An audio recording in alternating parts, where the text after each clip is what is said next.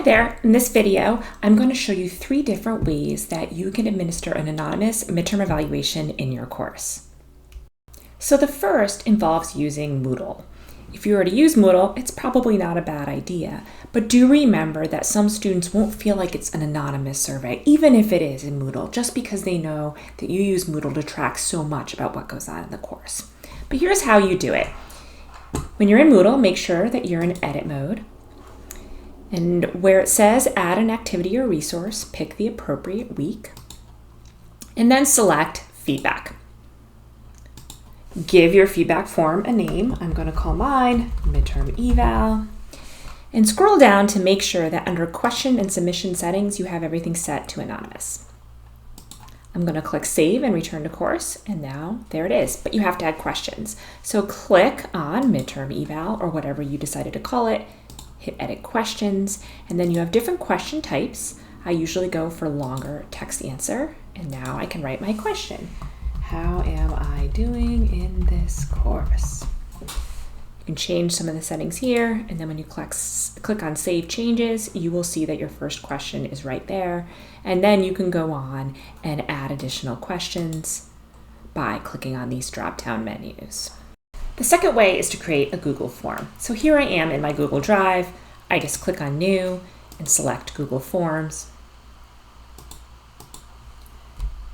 I'm going to call it Midterm Eval. And then for my first question, I can change the question type again to a long paragraph kind of answer. And then I can label it or ask the question, how am I doing in this course? And then I can use the plus sign to continue to add other questions. Make sure that before you share this with students that you click on settings and confirm that under responses, you have things set so you're not collecting email addresses. That's how it's going to be anonymous for your students. When you go to send this to your students, you can click on send. You could put their email addresses here. I prefer to click on the link icon, shorten the URL, and paste this link in Moodle, or maybe in an email that I write in Outlook, or turn it into a QR code that I share at the beginning of a class session. The third way is to use a third-party polling tool. I happen to use Slido when I do this.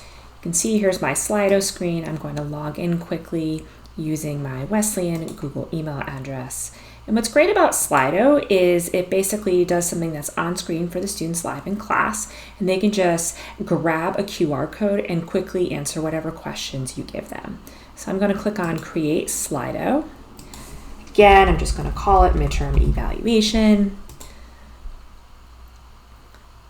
When it comes up, again, I have question types. I'm going to click on Open Text, and I'm going to say, how am I doing in this course?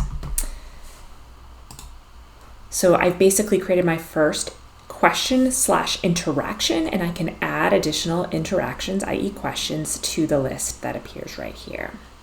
When I'm ready to show it to my students, I can just present this live in class. And what you'll see is the QR code that students can grab or the URL so that they can start taking the questions. But there's a few things I want to point out. What you should do before you administer something like this in class, if you use Slido, is do 2 things. 1, uncheck this option to show respondent names so students won't be asked to provide a name when they answer these questions. And change the poll results from visible to hidden, unless you want all the students in the class to see all the feedback come in live on screen. So now when I present, again, we'll see this screen.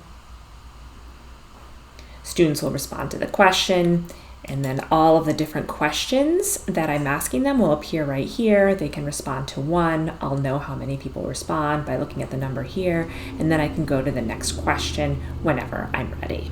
So that's it.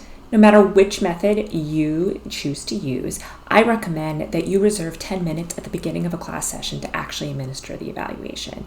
Give students time in class to give you their feedback, and in that way you're indicating to them that you think this is really important and they should spend some time doing it. Also, Think about sharing some of what you learned from students in a subsequent class session, and use that moment to tell them about the things that you are going to change and maybe the things that you're not, and why.